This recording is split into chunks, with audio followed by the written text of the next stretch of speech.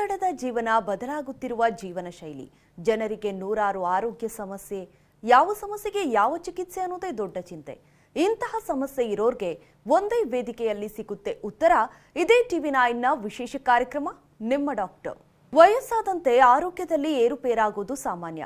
ಅದರಲ್ಲೂ 40 ವರ್ಷ ದಾಟಿದ ಮೇಲಂತೂ ಮೊಣಕಾಲಿನ ಸಮಸ್ಯೆ ಕಾಣಿಸಿಕೊಳ್ಳುತ್ತೆ. ಅಧಿಕ ತೂಕ, ಕ್ಯಾಲ್ಸಿಯಂ ಕೊರತೆ, ಅನುಚಿತ ವ್ಯಾಯಾಮ, ಮೊಣಕಾಲು ಚಿಪ್ಪಿನ ಸವೆತ, ಹೀಗೆ ಅನೇಕ ಕಾರಣಗಳಿಂದ ಮೊಣಕಾಲಿನ ನೋವು ಕಾಣಿಸಿಕೊಳ್ಳುತ್ತೆ. ಒಮ್ಮೆ ಈ ನೋವು ಕಾಣಿಸಿಕೊಂಡ್ರೆ ಸಾಕು, ಜೀವನೋತ್ಸಾಹವನ್ನ ಕುಗ್ಗಿಸ್ಬಿಡುತ್ತೆ. ಮೊಣಕಾಲು ನೋವು ಅನುಭವಿಸಿದವರಿಗೆ ಗೊತ್ತು, ಆ ನೋವಿನಿಂದ ಹೊರಬರೋದು ನಿಜಕ್ಕೂ ಎಷ್ಟು ಕಷ್ಟ ಅಂತ. ಹಾಗಾದ್ರೆ ಇದಕ್ಕೆ ಸೂಕ್ತ ಪರಿಹಾರ ಇದೆಯಾ? ಮೊಣಕಾಲು ನೋವು ಸಂಪೂರ್ಣವಾಗಿ ಹೋಗಲಾಡಿಸೋದಕ್ಕೆ ಶಸ್ತ್ರಚಿಕಿತ್ಸೆ ಒಂದೇ ಮಾರ್ಗನ, ಅಥವಾ ಶಸ್ತ್ರಚಿಕಿತ್ಸೆ ಇಲ್ಲದೆ ಹೇಗೆ ಮೊಣಕಾಲು ನೋವಿನಿಂದ ಮುಕ್ತಿ ಹೊಂದೋದು? ಅದಕ್ಕೆ ಯಾವ ವಿಧಾನ ಸೂಕ್ತ? ಇದೆಲ್ಲದರ ಬಗ್ಗೆ ಮಾಹಿತಿ ಕೊಡೋದಕ್ಕೆ ಇವತ್ತು ನಮ್ಮ ಜೊತೆ ಇದ್ದಾರೆ ಅಂಜನಿ ಪೇನ್ ಮ್ಯಾನೇಜ್ಮೆಂಟ್ ಸೆಂಟರ್, ಕಲ್ಯಾಣ ನಗರ, ಬೆಂಗಳೂರಿನಲ್ಲಿ ಸೀನಿಯರ್ ಪೇನ್ ಸ್ಪೆಷಲಿಸ್ಟ್ ಆಗಿರುವಂತಹ ಡಾಕ್ಟರ್ ರವಿಕುಮಾರ್ ರೆಡ್ಡಿ ಸಿ ಅವರು. ಬನ್ನಿ ಅವ್ರ ಜೊತೆ ಮಾತಾಡ್ಸೋಣ. ಡಾಕ್ಟರ್ ನಮಸ್ತೆ, ಕಾರ್ಯಕ್ರಮಕ್ಕೆ ಸ್ವಾಗತ ನಿಮಗೆ. ನಮಸ್ತೆ. ಡಾಕ್ಟರ್, ನಾವು ಸಾಮಾನ್ಯವಾಗಿ ನೋಡ್ತೀವಿ ಈಗಿನ ದಿನಗಳಲ್ಲಿ ತುಂಬಾ ಜನಕ್ಕೆ ಅರ್ಲಿ ಏಜ್ ಅಲ್ಲಿ, ಅಂದ್ರೆ ಒಂದು 35-40 ಏಜ್ ರೀಚ್ ಆಗ್ತಾ ಇದ್ದಂತೆ ಸುಮಾರು ಜನಕ್ಕೆ ಮೊಣಕಾಲು ನೋವಿನ ಸಮಸ್ಯೆ, ಜಾಯಿಂಟ್ ಪೇನ್ ಸಮಸ್ಯೆ ಶುರು ಆಗ್ಬಿಡುತ್ತೆ. ಯಾತಕ್ಕಾಗಿ ಈ ನೀ ಪೇನ್ ಅಷ್ಟು ಬೇಗ ಶುರು ಆಗುತ್ತೆ? ಜನರಲ್ ಆಗಿ ಈ ಜಾಯಿಂಟ್ ಪೇನ್ ಹೇಗೆ ಶುರು ಆಗುತ್ತೆ? ಏನು ಇದಕ್ಕೆ ಕಾರಣ ಡಾಕ್ಟರ್? ಕಾಮನ್ ಆಗಿ 55-60 ಇಯರ್ಸ್ನ ಏಜ್ನಲ್ಲಿನೇ ಕಾರ್ಟ್ಲೇಜ್ ಡಿಜೆನರೇಟ್ ಆಗುತ್ತೆ. But nowadays due to life style ಚೇಂಜಸ್ಗೆ, ಒಬೆಸಿಟಿಗೆ, ಆಟೋಇಮ್ಯೂನ್ ಡಿಸೀಸ್ಗೆ, ಆಲ್ ದಿಸ್ ಅದರ್ ಕೆಮಿಕಲ್ ಫುಡ್ಗೆ, so knee joint starts degenerating early. ಯಾವ ಏಜಲ್ಲಿ ಈ ಒಂದು ಜಾಯಿಂಟ್ ಪೇನ್ ಶುರು ಆಗುತ್ತೆ ಅಂತ ನೀವು ಹೇಳ್ತೀರಾ? ಈಗ ಸಾಮಾನ್ಯವಾಗಿ ಶೋಲ್ಡರ್ ಪೇನ್, ನೆಕ್ ಪೇನ್, ಸುಮಾರು ಜನ ಈಗ ಗಂಟೆಗಟ್ಟಲೆ ಕೂತ್ಕೊಂಡು ಕೆಲಸ ಮಾಡ್ತಾ ಇರ್ತಾರೆ. ಸೊ ನಾರ್ಮಲ್ ಆಗಿ ಬರೋ ಕ್ರಾಂಪ್ಸ್ಗೂ ಮೇಜರ್ ಜಾಯಿಂಟ್ ಪೇನ್ಸ್ಗೂ ಏನು ವ್ಯತ್ಯಾಸ, ಹೇಗೆ ಗೊತ್ತಾಗುತ್ತೆ ಅಂತ? ಅದೇ ಸಾಮಾನ್ಯವಾಗಿ ಜಾಯಿಂಟ್ ಕ್ರಾಂಪ್ಸ್ ಬರ್ತೇವೆ ಅಂದರೆ, ಸೊ ಮಜಲ್ ಪ್ರೊಲಾಂಗ್ಡಾಗಿ ಮಜಲ್ ಹಂಗೆ ಇಟ್ಕೊಂಡ್ರೆ ಸ್ಪ್ಯಾಸಮ್ಗೆ ಹೋಗ್ತವೆ. ಅದೊಂದು ಎಕ್ಸಸೈಸ್ ಮಾಡ್ಕೊಂಡಂಗೆ ಅದೇ ಪಾಶ್ಚರ್ನಲ್ಲಿ, ರಾಂಗ್ ಪಾಶ್ಚರ್ನಲ್ಲಿ ಹಂಗೆ ಇದ್ರೂ ನೋವು ಬರ್ತವೆ. So exercise is important thing for muscle spasms not to come at sitting postures. Yes. ಇನ್ನು ಡಾಕ್ಟರ್, ಈ ಜಾಯಿಂಟ್ ಪೇನ್ಸ್ಗೆ ಸಾಮಾನ್ಯವಾಗಿ ಅರ್ಲಿ ಡಯಾಗ್ನೋಸಿಸ್ ಎಷ್ಟು ಇಂಪಾರ್ಟೆಂಟ್ ಆಗುತ್ತೆ? ಮತ್ತು ಇದು ಸ್ಟಾರ್ಟಿಂಗಲ್ಲಿ ಸಿಂಪ್ಟಮ್ಸ್ ಯಾವ ರೀತಿಯಾಗಿ ತೋರಿಸುತ್ತೆ? ಯಾವ ಸಿಂಪ್ಟಮ್ಸನ್ನು ಪೇಷಂಟ್ಸ್ ಅಬ್ಸರ್ವ್ ಮಾಡಬೇಕು ಅಂತ? ಕಾಮನ್ಲಿ ಜಾಯಿಂಟ್ ಪೇಯ್ನ್ಗೆ ಸ್ಟಾರ್ಟಿಂಗ್ ಪೇಯ್ನಲ್ಲಿ ಸ್ಟಾರ್ಟ್ ಆಗುತ್ತೆ ಸ್ಲೋ ಆಗಿ, ಮತ್ತು ಸ್ಟಿಫ್ನೆಸ್ ಬರುತ್ತೆ. Early morning stiffness, climbing stairs may be difficult for them, walking may be difficult later on. So ಆವಾಗೇ ನಮ್ಗೆ ಸ್ಟಾರ್ಟಿಂಗ್ನಲ್ಲೇ ಕೇರ್ ತಗೋಬೇಕು.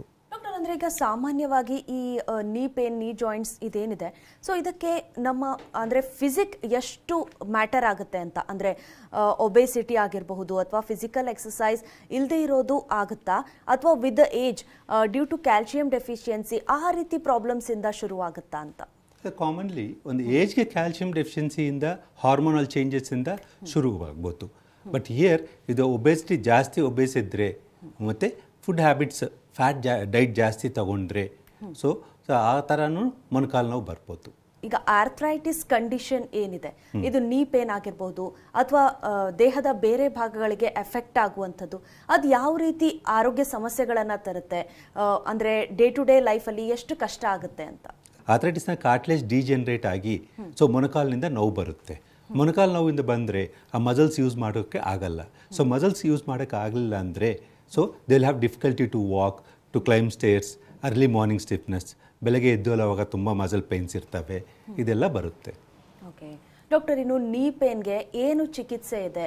ಈ ರೀತಿ ಅಂದರೆ ಅತಿಯಾದ ಮೊಣಕಾಲು ನೋವು ಯಾವ ಹಂತದಲ್ಲಿ ಡಾಕ್ಟರ್ ಹತ್ರ ಹೋಗಬೇಕು? ಏನು ಚಿಕಿತ್ಸೆ ಇದೆ ಇದಕ್ಕೆ? ಕಾಮನ್ಲಿ ಮೊಣಕಾಲು ನೋವು ಬಂದಾಗ, ನಡೆಯೋಕೆ ಅವ್ರ ಕಷ್ಟ ಆಗಿದಾಗ ಡಾಕ್ಟರ್ ಹತ್ರ ಬರ್ತಾರೆ.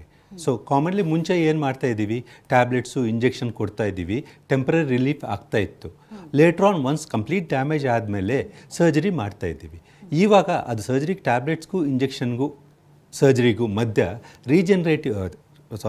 ಕೂಲ್ಡ್ ರೇಡಿಯೋ ಫ್ರೀಕ್ವೆನ್ಸಿ ಅಬ್ಲೇಷನ್ ಅಂತ, ಸೊ ನೀ ಜಾಯಿಂಟ್ಗೆ ಕೂಲ್ಡ್ ರೇಡಿಯೋ ಫ್ರೀಕ್ವೆನ್ಸಿ ಅಬ್ಲೇಷನ್ ಮಾಡಿ ನೋವು ಕಡಿಮೆ ಮಾಡ್ತೀವಿ. ಲೇಸರ್ ಟ್ರೀಟ್ಮೆಂಟ್ ಮಾಡಿ ನೋವು ಕಡಿಮೆ ಮಾಡ್ತೀವಿ. ಅಂದರೆ ಈ ಒಂದು ಪ್ರೊಸೀಜರ್ ಆದಮೇಲೆ ಎಷ್ಟು ದಿನ ಆದಮೇಲೆ ಗುಣಮುಖ ಆಗ್ಬೋದು ಅಥವಾ ಪದೇ ಪದೇ ಅದು ರಿಯಕರ್ ಆಗಬಹುದಾ, ಎಷ್ಟು ರೆಸ್ಟ್ ತಗೊಳ್ಬೇಕಾಗತ್ತೆ ಪೇಷಂಟು ಅಂತ? ಅದೇ ಇಲ್ಲಿ ಈ ಪ್ರೊಸೀಜರ್ನಲ್ಲಿ ನಾನ್ ಸರ್ಜಿಕಲ್ ಪ್ರೊಸೀಜರ್ನಲ್ಲಿ ಇಮಿಡಿಯೇಟ್ ಆಗಿ ನೋವು ಕಡಿಮೆ ಆಗುತ್ತೆ. So there is no need to take rest for a long time. ಒಂದು ದಿವಸ ತಗೊಂಡ್ರೆ ಸಾಕಷ್ಟೇ. ಡಾಕ್ಟರ್, ಇನ್ನು ಮತ್ತೆ ಈಗ ಈ ಒಂದು ನೀವು ಪ್ರೊಸೀಜರ್ ಏನು ಹೇಳಿದ್ರಿ ಅದು ಕೂಡ ಫೇಲ್ ಆಗುವಂಥ ಚಾನ್ಸಸ್ ಇರುತ್ತಾ ಅಥವಾ ರಿಸಲ್ಟ್ಸ್ ಯಾವ ರೀತಿ ನಾವು ನೋಡಬಹುದು? ಅಂದರೆ ಅದಕ್ಕೂ ಮುಂದೆ ಸರ್ಜಿಕಲ್ ಇನ್ವಾಲ್ವ್ಮೆಂಟ್ ಬರುವಂಥ ಪರಿಸ್ಥಿತಿ ಆಗುತ್ತಾ ಅಂತ? Here first will do cool radio frequency laser ಮಾಡಿದ್ರೆ ನೋವು ಕಡಿಮೆ ಆಗುತ್ತೆ ಇಮಿಡಿಯೇಟ್ ಆಗಿ. ಎಕ್ಸಸೈಸ್ ಮಾಡಿಕೊಂಡ್ರೆ ಮಸಲ್ ಸ್ಟ್ರೆಂತ್ ಬಂದರೆ then we can avoid surgery. Okay. ಸಾಮಾನ್ಯವಾಗಿ ನೀ ರಿಪ್ಲೇಸ್ಮೆಂಟ್ ಅಥವಾ ಜಾಯಿಂಟ್ ರಿಪ್ಲೇಸ್ಮೆಂಟ್ ಅನ್ನೋದನ್ನ ಯಾವ ಸಂದರ್ಭದಲ್ಲಿ ನೋಡ್ತೀವಿ ಅಂತ? ಹಿಯರ್ ಕಂಪ್ಲೀಟ್ ಡ್ಯಾಮೇಜ್ ಆದಮೇಲೆ where we can't repair the joint, then we can go for surgery. Grade 4 grade 5ನಲ್ಲಿ ಸರ್ಜರಿಗೆ ಹೋಗ್ಬೋದು. ಗ್ರೇಡ್ 1 ಗ್ರೇಡ್ 2ನಲ್ಲಿ cool radio frequency laser is superior to the surgical option. Okay doctor, ಇನ್ನು ಸಾಮಾನ್ಯವಾಗಿ ಈ ಅಂದರೆ ನೀ ರಿಪ್ಲೇಸ್ಮೆಂಟ್ ಆಗಿರಬಹುದು ಅಥವಾ ನೀವು ಹೇಳ್ತಾ ಇದ್ದೀರಾ ರೇಡಿಯೋ ಸರ್ಜರೀಸ್, ಅದರ ಸಕ್ಸಸ್ ರೇಟ್ ಯಾವ ರೀತಿ ಆಗಿದೆ ಅಂತ? ಸಕ್ಸಸ್ ರೇಟ್ ಅಂದರೆ here commonly cool radio frequency laser ಮಾಡಿದ್ರೆ the results are almost 90 to 100%. So again surgery also we have more amount of failure things in surgery, whereas in this failure rates are less. The recovery time is short. Immediately one ದಿವಸನಲ್ಲಿನೇ they can go for their work, whereas surgery ಅಂದರೆ at least minimum 3 months we have to take rest. ಅಲ್ಲಿ ಪೇಯ್ನಿಂದ physiotherapy ಮಾಡಬೇಕು, ಇಲ್ಲಿ pain ಆದಮೇಲೆ physiotherapy ಮಾಡ್ತೀವಿ. That's the difference between surgery and the cool radio frequency laser treatment. ಸಾಮಾನ್ಯವಾಗಿ ಅಂದರೆ ಇದಕ್ಕೆ risks ಏನಾದರೂ ಇರುತ್ತಾ ಅಥವಾ ಯಾವ ರೀತಿ ಕಾಂಪ್ಲಿಕೇಶನ್ಸನ್ನು ನೀವು ನೋಡ್ತೀರಾ ಆಸ್ ಅ ಡಾಕ್ಟರ್, ಅಥವಾ ಪೇಷಂಟ್ಗೂ ಇದು ಯಾವ ರೀತಿ ಆದರೂ ಕಾಂಪ್ಲಿಕೇಟ್ ಆಗಬಹುದಾ ಅಥವಾ ಆಫ್ಟರ್ ದಿಸ್ ಪ್ರೊಸೀಜರ್ ಅವರ ಲೈಫ್ ಸ್ಟೈಲ್ ಯಾವ ರೀತಿ ಆಗಿರಬೇಕು? Commonly here the patient comes with arthritis ಬಂದಾಗ ಕುಂಡ್ಕೊಂಡು ಬರ್ತಾರೆ ಒ ಪಿ ಡಿಗೆ. ಕುಂಡ್ಕೊಂಡು ಬಂದರೆ once we do a cool radio frequency laser then they start walking. So some people have jogged after doing cool radio frequency laser treatment ಆದಮೇಲೆ. So okay doctor, ಇನ್ನು ಯಾವುದೇ joint pain ಅಥವಾ ಈ ರೀತಿ ಕಂಡೀಷನ್ಸ್ಗೆ physiotherapy ಎಷ್ಟು ಇಂಪಾರ್ಟೆಂಟ್ ಆಗುತ್ತೆ ಅಥವಾ ಅದರ ಕರೆಕ್ಟ್ ಕ್ವಾಂಟಿಟಿ ಗೊತ್ತಾಗೋದಿಲ್ಲ, ಯಾವ್ದು ಕಡಿಮೆ ಯಾವ್ದು ಜಾಸ್ತಿ ಅಂತ. ಸೊ ಫಿಸಿಯೋಥೆರಪಿ ರೋಲ್ ಏನು ಇದರಲ್ಲಿ ಅಂತ? ಅದೇ ಫಿಸಿಯೋಥೆರಪಿ ಅಂದರೆ ನೋವಿದ್ದಾಗ ಫಿಸಿಯೋಥೆರಪಿಗೆ ಹೋಗ್ತೀವಿ. ಈಗ ಇಲ್ಲಿ ನಾವು ತೆಗಿತಾ ಇದ್ದೀವಿ. ಸೊ ಒನ್ಸ್ ನಾವು ತೆಗೆದಾದ್ಮೇಲೆ ಜಾಯಿಂಟ್ ಮೇಲೆ the patient it self can perform the function. Because ನೋವಿದ್ದಾಗ they can't do, but here ನಾವು ತೆಗಿತಾ ಇದ್ದೇವೆ. Starting we are removing the pain and asking them to do exercise. ಫಿಸಿಯೋಥೆರಪಿಗೆ ಎಕ್ಸರ್ಸೈಸ್ ಮಚ್ ಡಿಫ್ರೆನ್ಸ್.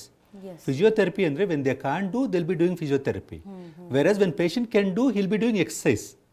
ಸೊ ನನ್ನ patient ಬೇಕಾಗಿರೋದು exercise not physiotherapy, because ನಾವು ತೆಗಿತಾ ಇದ್ದೇನೆ, ಅವರೇ ಮಾಡ್ಬೋದು. ಸಾಮಾನ್ಯವಾಗಿ ಅಂದರೆ cause of the pain, knee pain in general ಯಾವ ರೀತಿ ಡಯಾಗ್ನೋಸ್ ಮಾಡಲಾಗುತ್ತೆ ಅಂತ? ನೀ ಪೇನ್ ಅಂದರೆ patient itself will complain that pain is there in the joint. ನಾವು ಎಕ್ಸಾಮಿನ್ ಮಾಡಿದ್ರೆ ಸೊ ನೀ ಜಾಯಿಂಟ್ನಲ್ಲಿ ಎಷ್ಟು ಪೇನ್ ಇದೆ, ಬೆಂಡ್ ಮಾಡೋಕ್ಕೆ ಕಷ್ಟ ಆಗ್ತಾ ಇದೆಯಾ, ಸರೌಂಡಿಂಗ್ ಮಸಲ್ ಪೇನ್ ಇದೆಯಾ ಅಂತ ಆರ್ಥರೈಟಿಸ್ ಗೊತ್ತಾಗುತ್ತೆ. ನಡೆಯೋಕ್ಕೆ ಕಷ್ಟ ಆಗ್ತಾ ಇರುತ್ತೆ ಅವ್ರಿಗೆ, ಅವರೇ ಕಂಪ್ಲೇಂಟ್ ಮಾಡ್ತಾರೆ ಪೇನ್ ಇದೆ ಅಂತ. ಸೊ ಆ ಪೇನ್ ನಾವು ಕೂಲ್ ರೇಡಿಯೋ ಫ್ರೀಕ್ವೆನ್ಸಿ ಲೇಸರ್ನಲ್ಲಿ ತೆಗಿತೀವಿ. ಓಕೆ ಡಾಕ್ಟರ್, ಇನ್ನು ಸಿಕ್ಕಾಪಟ್ಟೆ ಮೊಣಕಾಲು ನೋವಿರೋರು ಅಂದರೆ ಈ ಟ್ರೀಟ್ಮೆಂಟ್ಗೂ ಒಳಗಾಗ್ತಾ ಇರ್ತಾರೆ. ತುಂಬ ಜನಕ್ಕೆ ಗೊತ್ತಾಗೋದಿಲ್ಲ, ಸಾಮಾನ್ಯವಾಗಿ ಎದ್ದು ಓಡಾಡಬೇಕಾ ಅಥವಾ ತುಂಬ ಓಡಾಡಿದ್ರೆ ಕಾಲು ನೋವು ಜಾಸ್ತಿ ಆಗುತ್ತಾ ಅಥವಾ ಒಂದು ಕಡೆ ಕೂತ್ಕೊಂಡೇ ಇದ್ದರೆ ಹೇಗೆ ಅಂದರೆ ಮೂಮೆಂಟ್ ಕಷ್ಟ ಆಗ್ಬೋದು ಅನ್ನೋ ಭಯ ಕೂಡ ಇರುತ್ತೆ. ಸೊ ಯಾವ ರೀತಿ ಆಗಿರಬೇಕು, ತುಂಬ ವಾಕ್ ಮಾಡಬೇಕಾ ಅಥವಾ ಇಷ್ಟು ತಿಂಗಳ ಕಾಲ ಈ ರೀತಿ ಲೈಫ್ ಸ್ಟೈಲ್ ಅಂತ ಇದೆಯಾ ಅಂತ? ಅದೇಮ್ಮ, ಇವಾಗ ಬಂದು ಏಜ್ ತಕ್ಕಟ್ಟಿಗೆ ವಾಕಿಂಗ್ ಇರಬೇಕು. Most of them senior citizens ಏನಾಗುತ್ತೆ ಅಂದರೆ ಟೈಮ್ ಇದೆ ಅಂತ ಜಾಸ್ತಿ ವಾಕ್ ಮಾಡ್ತಾರೆ. ಜಾಸ್ತಿ walk they'll be limitation for their walk also. ನಾವು ಊಟ ಹೆಂಗೆ ಮಾಡ್ತೀವೋ, ಎಷ್ಟು ಕಡಿಮೆ ಮಾಡ್ತೀವೋ, ವಾಕಿಂಗು ಅಷ್ಟೇ ಲಿಮಿಟೇಷನ್ ಇರಬೇಕು, depending upon the age and depending upon the duration of the time.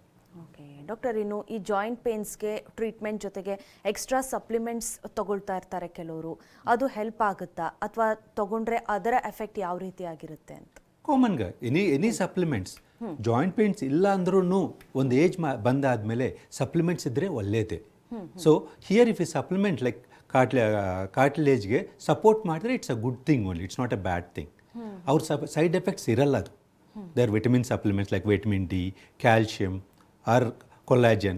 Supplements are good for the joint only. Okay doctor, ಇನ್ನು ಈ ಆರ್ಥರೈಟಿಸ್ಗೆ ಇದರಲ್ಲಿ ಡಯಟ್ ರೋಲ್ ಎಷ್ಟು ಮುಖ್ಯ ಆಗುತ್ತೆ? ನಾವು ಏನನ್ನ ತಿಂತೀವಿ ಅಥವಾ ಎಕ್ಸಸೈಸ್ ಮಾಡೋದಾಗಿರಬಹುದು, general food and life style ಯಾವ ರೀತಿಯಾಗಿರಬೇಕು ಅಂತ? ಕಾಮನ್ಲಿ ನವಡೇಸ್ ಏನಾಗುತ್ತೆ, ಈ ಜಂಕ್ ಫುಡ್ ಎಲ್ಲ ಜಾಸ್ತಿ ಆಗಿದೆ ಅಮ್ಮ. As you know, they contain high fats where it goes in to the blood and cause some amount of deposit in the joint. ಯಾವಾಗ low dietary food will be better then high calorie food like fats and triglycerides agli, high protein agli is dangerous for the joint such that it is converted into uric acid deposit agutte joint nalli.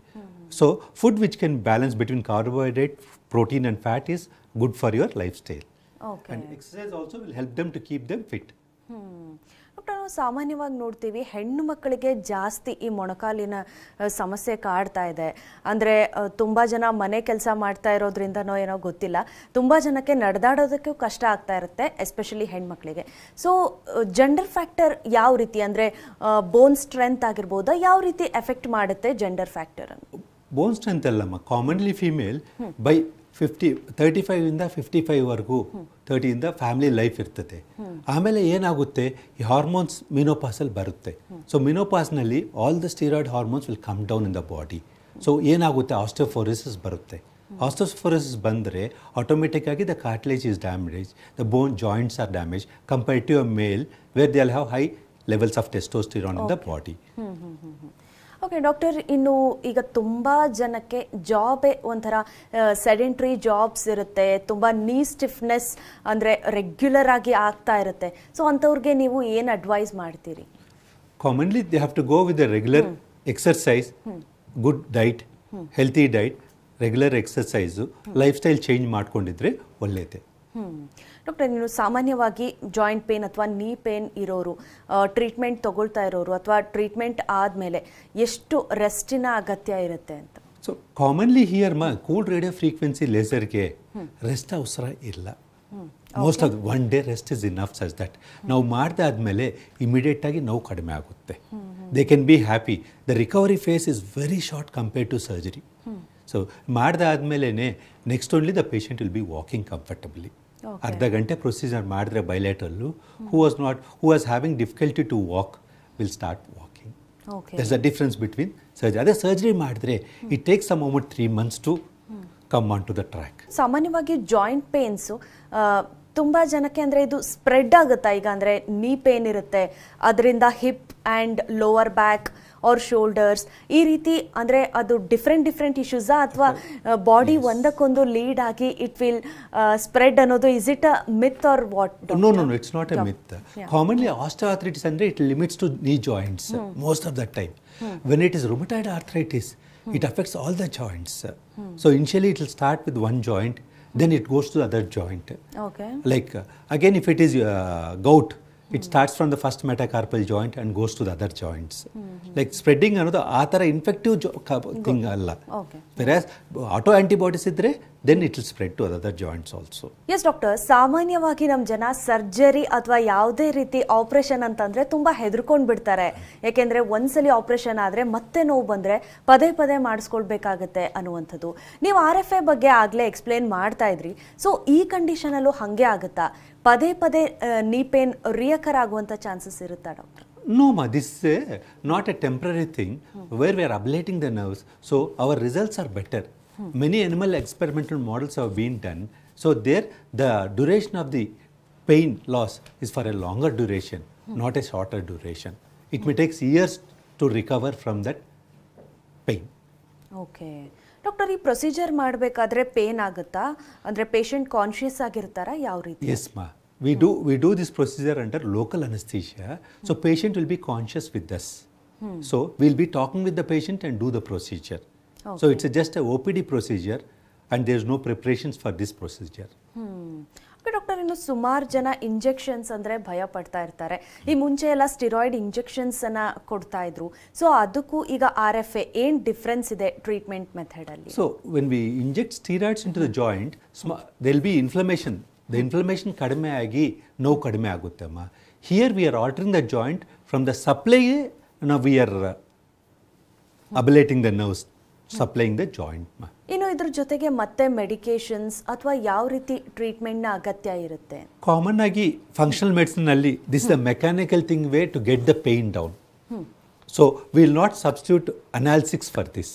So once we reduce the pain, the patient should be comfortable. So infect ಆಗ್ದಂಗೆ 1-2-3 days we can give some antibiotics to cover the procedure.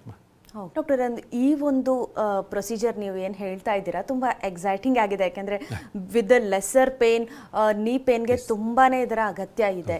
So ಇದರ availability ಬಗ್ಗೆ doctor, ಅಂದರೆ ಇಂಡಿಯಾದಲ್ಲಿ ಇದರ ಬಗ್ಗೆ ನಾವು ಹೆಚ್ಚಾಗಿ ತುಂಬ ಜನ ವೀಕ್ಷಕರು ಕೇಳಿರೋದಿಲ್ಲ. ಸೊ ಇದು ಎಲ್ಲ ಕಡೆ ಅವೈಲೇಬಲ್ ಇರುತ್ತಾ, ಮತ್ತು ಇದರ ಅಫೋರ್ಡಬಿಲಿಟಿ ಯಾವ ರೀತಿಯಾಗಿ ಅಂತ? ಅದೇ ಎಲ್ಲ ಕಡೆ ಅವೈಲಬಿಲಿಟಿ ಇಲ್ಲ. It's A newer version of treatment and if it's a FDA approved cooled radio frequency laser ablation, slowly the pain clinics are starting and they'll start doing it for the future also. ಎಲ್ಲ ಕಡೆ availability ಇಲ್ಲ. only few centers have this facility ma. Okay. ಇನ್ನು ಅಂದರೆ ನಿಮ್ಮ ಆಸ್ಪತ್ರೆಯಲ್ಲಿ doctor ಈ procedure ಅಂದರೆ ಇದಕ್ಕೆ ಎಷ್ಟು ಅವಕಾಶ ಇದೆ, ಮತ್ತು ಯಾವೆಲ್ಲ ಪೇಷಂಟ್ಸ್ ಅಥವಾ ಯಾವ ಏಜ್ ಗ್ರೂಪ್ ಅವರು ಹೆಚ್ಚಾಗಿ ಇದನ್ನು ಯೂಸ್ ಮಾಡ್ಕೋತಾ ಇದ್ದಾರೆ, ಇದರ ರಿಸಲ್ಟ್ಸ್ ಯಾವ ರೀತಿಯಾಗಿದೆ ಅಂತ? Most of my patients are above 55 years of age till 70 years of age. ಸ್ವಲ್ಪ ಜನ 80 yearsನಲ್ಲಿನೂ ಮಾಡಿದ್ದೀನಿ RFA, but they are also comfortable. Pain ಕಡಿಮೆ ಆಗಿ ಅಟ್ಲೀಸ್ಟ್ ಸ್ಲೀಪ್, ನಿದ್ದೆನಲ್ಲಿ ನೋವು ಬರ್ತಾ ಇದೆ ಅಂತ ಇದ್ರು. ಸೊ ಅವ್ರಿಗೆ RFA ಮಾಡಿದ್ದೀನಿ, they are comfortable. At least they are sleeping night times and day ಟೈಮೂ ನೋವು ಇಲ್ದಂಗೆ ಮನೆಯಲ್ಲಿ ಹ್ಯಾಪಿಯಾಗಿದ್ದಾರೆ. ಓಕೆ ಡಾಕ್ಟರ್, ಇನ್ನು ಇದು ಕೇವಲ ನೀ ಪೇನ್ಗ ಅಥವಾ ಶೋಲ್ಡರ್ ಎಲ್ಲ ಕಡೆನೂ ಈ RFA ಪ್ರೊಸೀಜರ್ನ ಟ್ರೀಟ್ ಮಾಡಬಹುದಾ ಇದ್ರ ಮೂಲಕ? ಎಸ್ ಮಾ, ವಿ ಕ್ಯಾನ್ ಟ್ರೀಟ್ RFA ಪ್ರೊಸೀಜರ್ನಲ್ಲಿ hip joint, shoulder joint, ankle joint, spines also we can treat. Facet joints of the spine also we can treat and get down the pain. Yes doctor, ನಾವು RFA ಬಗ್ಗೆ ಮಾತನಾಡ್ತಾ ಇದ್ವಿ. So ಅದರ ಜೊತೆಗೆ ಅಂದರೆ ತುಂಬ ಜನ ಪೇನ್ ಕಿಲ್ಲರ್ಸ್ನ ಮೊರೆ ಹೋಗ್ತಾ ಇರ್ತಾರೆ, ಸರ್ಜರೀಸ್ನ ಅವಾಯ್ಡ್ ಮಾಡಿ ಎಕ್ಸ್ಟರ್ನಲ್ ಟ್ಯಾಬ್ಲೆಟ್ಸ್ ಮೇಲೆ ರಿಲೈ ಆಗ್ತಾ ಇರ್ತಾರೆ. ಸೊ ಅಂಥವ್ರಿಗೆ ಅದು ಹೆಲ್ತ್ ಮೇಲೆ ಹೇಗೆ ಎಫೆಕ್ಟ್ ಆಗುತ್ತೆ ಅಂತ? ಅದೇ ಮಾ, when you take analgesics we may have side effects like kidney damage, gastritis, obesity, ಇದೆಲ್ಲ ಬರ್ಬೋದು ಅನಾಲ್ಸಿಕ್ಸ್ ಸೈಡ್ ಎಫೆಕ್ಟ್ಸಿಂದ. ಅಲ್ಸರ್ಸು, ಗ್ಯಾಸ್ಟ್ರಿಕ್ ಅಲ್ಸರ್ಸು ಬರ್ಬೋದು. ಈ ಪ್ರೊಸೀಜರ್ನಲ್ಲಿ ಕೂಲ್ಡ್ ರೇಡಿಯೋ ಫ್ರೀಕ್ವೆನ್ಸಿ ಅಬ್ಲೇಷನ್ ಪ್ರೊಸೀಜರ್ನಲ್ಲಿ ಅದು ಅವಾಯ್ಡ್ ಮಾಡ್ಬೋದು. ಲಾಂಗ್ ಟರ್ಮ್ ಅನಾಲಿಸಿಕ್ಸ್ ಅವಾಯ್ಡ್ ಮಾಡ್ಬೋದು and it has a longer duration of pain relief compare to analgesics. Okay doctor, ಇನ್ನು ಆರ್ಥ್ರೈಟಿಸ್ ಪೇನ್ ಮತ್ತು ಬೇರೆ ನಾರ್ಮಲ್ ಆಗಿ ಜಾಯಿಂಟ್ ಪೇನ್ಸ್ ಯಾವುದೇ ಇದ್ದರೂ ಕೂಡ RFA ಇಂದ ವರ್ಕ್ ಆಗುತ್ತಾ, ಅಥವಾ ಅದಕ್ಕೆ ಕಂಪ್ಲೀಟಾಗಿ ಡಯಾಗ್ನೋಸಿಸ್ ಅಥವಾ ಒಂದಿಷ್ಟು ಮುಂಚಿತವಾಗಿ ನೋಡ್ಕೊಳ್ಳುವಂಥ ಕ್ರೈಟೀರಿಯಾ ಅಂತ ಹೇಳ್ಬೋದು. ಸೊ ಯಾವುದನ್ನೆಲ್ಲ ನೋಡಲಾಗುತ್ತೆ ಮೇಜರ್ಲಿ ಈ ಒಂದು ಪ್ರೊಸೀಜರ್ ಆಗಬೇಕಾದ್ರೆ? Before this procedure we have to rule out clinical examination ಒಂದು. ಅದು ಜಾಯಿಂಟಿಂದ ನೋವು ಬರ್ತಾ ಇದೆಯಾ, ಮಸಲ್ಸಿಂದ ನೋವು ಬರ್ತಾ ಇದೆಯಾ, ಟೆಂಡನಿಂದ ಬರ್ತಾ ಇದೆಯಾ, ಮೆನಿಸ್ಕಸ್ಸಿಂದ ಬರ್ತಾ ಇದೆಯಾ, ಬುರ್ಸಾಯಿಂದ ಬರ್ತಾ ಇದೆ ಅಂತ ನೋಡ್ಕೊಳ್ತೀವಿ. If it is from the cartilage we can go for a cooled radio frequency ablation. So if it is coming from a inflamed bursa, then we may have to go for analgesics, so inflammatory things, so analgesics we have to go. We have to differentiate between, by examining this patient only we can tell. Some sports injuries irtave, ligament injuries, tendon injuries irtave, so those we have to go for a repair of those injuries. ಅಂದರೆ sports injuries ಅಂತ ನೀವು ಹೇಳಿದ್ರಿ doctor, one of the important point. ಈಗ ತುಂಬ ಜನ athletes ಅಂದರೆ ಅವರು continuous ಆಗಿ ಫಿಸಿಕಲ್ ಒಂದು ರುಟೀನೇ ಇರುತ್ತೆ ಅವ್ರಿಗೆ. ಸೊ ಅವ್ರಿಗೆ ಈ ಆರ್ಥ್ರೈಟಿಸ್ ಎಷ್ಟು ಎಫೆಕ್ಟ್ ಮಾಡುತ್ತೆ, ಅಂದರೆ ಈ ಟ್ರೀಟ್ಮೆಂಟ್ ಆದಮೇಲೆ ಕೂಡ ಯಾವ ರೀತಿ ಅವರು ಅದನ್ನು ಮ್ಯಾನೇಜ್ ಮಾಡಬೇಕಂತ? ಕಾಮನ್ಲಿ ಅಥ್ಲೆಟ್ಸ್ಗೆ ಅಂದ್ರೆ here sports injury will be repaired by PRPಸು, growth factors. That way we strengthen the tissue. So we don't ablate the tissues there. Suppose if it's a ligament injury andre, we strengthen that ligament injury by PRP, growth factor concentrates. So avi use ಮಾಡ್ತೀವಿ ಮಾ, not the ablative procedures. ನೋಡಿ, ಸಾಮಾನ್ಯವಾಗಿ ಡಯಾಗ್ನೋಸಿಸ್ಗೆ MRI ಮತ್ತು x ray ಇಂದ ಕರೆಕ್ಟಾಗಿ arthritis diagnosis ಮಾಡಬಹುದಾ, ಅಥವಾ ಎಲ್ಲ ಪೇಷಂಟ್ಸ್ಗೂ ಅದು ಅಗತ್ಯ ಇರುತ್ತಾ, ಯಾವ ರೀತಿಯಾಗಿ? ಅದೇ ಎಲ್ಲರಿಗೂ x ray is the common basic investigation what we do for a patient ಮಾ. After that we are nowadays we are doing by scan, find outing the soft tissue, ಎಷ್ಟು ಡ್ಯಾಮೇಜ್ ಆಗಿದೆ, ಏನು ಡ್ಯಾಮೇಜ್ ಆಗಿದೆ, ದೆನ್ MRI ಕನ್ನ. If required then will go for an MRI. Otherwise ultrasound is better procedure than X-ray nowadays ma. ನೀವು 10 ವರ್ಷಗಳಿಂದ ಅಂದರೆ ಇದನ್ನು ಮಾಡ್ತಾ ಇದ್ದೀರಾ, ಪೇಷಂಟ್ಸ್ಗೆ ಟ್ರೀಟ್ ಮಾಡ್ತಾ ಇದ್ದೀರಾ. ಸೊ ನೀವು ನೋಡಿರುವಂಥ ಕ್ರಿಟಿಕಲ್ ಕೇಸ್ ಅಂದರೆ ಯಾವ ಏಜ್ ಗ್ರೂಪ್ನವ್ರಿಗೆ ಎಲ್ರಿಗೂ ಇದು ಯಾವ ರೀತಿಯಾಗಿ ಸಕ್ಸಸ್ ಕೊಡ್ತಾ ಇದೆ ಅಂತ? Commonly, most of my patients are from 55 to 70 years, ma. So, commonly they come out limping from my OPD. Lymph ಮಾಡ್ಕೊಂಡು ಬರ್ತಾರೆ, ಹೋಗೋವಾಗ ನಡ್ಕೊಂಡು ಹೋಗ್ತಾರೆ. Few people start jogging also. So I am happy with the results of this RFA, cooled RFA, which is an FDA approved procedure, and the patients are also happy with me. We have about 90% success rate, ma. Okay, ಅಂದ್ರೆ ಈಗ ಹೆಣ್ಮಕ್ಳಿಗೂ ಕೂಡ ಇದನ್ನ ಈಸಿಯಾಗಿ ಮಾಡಬಹುದಾ, ಏನು difference ಆಗುತ್ತೆ ಅಂತ? Simple ಮಾ, ಹೆಣ್ಮಕ್ಳಿಗಾಗಲಿ ಗಂಡು ಮಕ್ಳಿಗಾಗಲಿ procedure is simple only. Yes doctor, ಅಂದ್ರೆ ಈ RFA ಅನ್ನೋದು ಅಂದ್ರೆ ಎಷ್ಟು ವರ್ಷಗಳ ತನಕ ಮಾಡ್ಕೊಳ್ಬಹುದು? ತೀರಾ ಏಜ್ ಆಗಿರೋರು ಸಾಮಾನ್ಯವಾಗಿ ಅವಾಯ್ಡ್ ಮಾಡಕ್ ನೋಡ್ತಾರೆ, ಅವರಿಗೆ ಸೇಫಾ? ನೀವು ಎಷ್ಟು ಏಜ್ ವರೆಗೂ ಟ್ರೀಟ್ ಮಾಡಿದ್ದೀರಾ ಅಂತ? No, we have treated many cases, ma'am. More than 5,000 cases we have treated. Out of it, monthly we do about 250 cases we do. 80 years female also have done. Okay. Where they had severe pain in sleep. Bathroom ಹೋಗೋಕೆ ಕಷ್ಟ ಆಗ್ತಾ ಇತ್ತು. So for them we have done RFA. Now they are happy, they are at least sleeping without pain. That's more important for us. ಕೊನೆಯದಾಗಿ ತುಂಬಾ ಜನ ಅಂದ್ರೆ ಈ ತರದ ಪ್ರೊಸೀಜರ್ಸ್ಗೆ ಹಿಂಜರಿತಿರ್ತಾರೆ, ನೀ ಪೇನಿಂದ ಅನಾವಶ್ಯಕವಾಗಿ ಒದ್ದಾಡ್ತಾ ಇರ್ತಾರೆ, ಟ್ಯಾಬ್ಲೆಟ್ಸ್ ತಗೊಳ್ತಾ ಇರ್ತಾರೆ, ಆದ್ರೆ ಏನೂ ರಿಸಲ್ಟ್ಸ್ ಕಾಣಿಸ್ತಾ ಇರೋದಿಲ್ಲ. ಸೊ ಅಂಥವ್ರಿಗೆ ನೀವು ಏನ್ ಮೆಸೇಜ್ ಕೊಡ್ತೀರಿ ಅಂತ? No, we can go with cooled radio frequency ablation of the joint, and then they can come down to Anjani Pain Management Center. We have a very good facility where we can treat their joint pain and they'll be happy without pain. Yes, thank you so much doctor. ಸಾಕಷ್ಟು ಮಾಹಿತಿಯನ್ನು ಹಂಚ್ಕೊಂಡ್ರಿ ನಮ್ಮ ಜೊತೆ, ಧನ್ಯವಾದ ನಿಮಗೆ. Thank you. Yes, ಇನ್ನು doctor ಅನ್ನ ನೇರವಾಗಿ ಭೇಟಿ ಮಾಡೋದಕ್ಕೆ ಅಡ್ರೆಸ್ ಪ್ಲೇಟ್ ಇಂತಿದೆ. Anjani pain management centre, number 301, 9ನೇ ಮುಖ್ಯ ರಸ್ತೆ, ಕಲ್ಯಾಣ್ ನಗರ, HRBR ಲೇಔಟ್, ಬಾನಸವಾಡಿ, ಬೆಂಗಳೂರು, ಕರ್ನಾಟಕ 560043. ದೂರವಾಣಿ ಸಂಖ್ಯೆ 7318181414.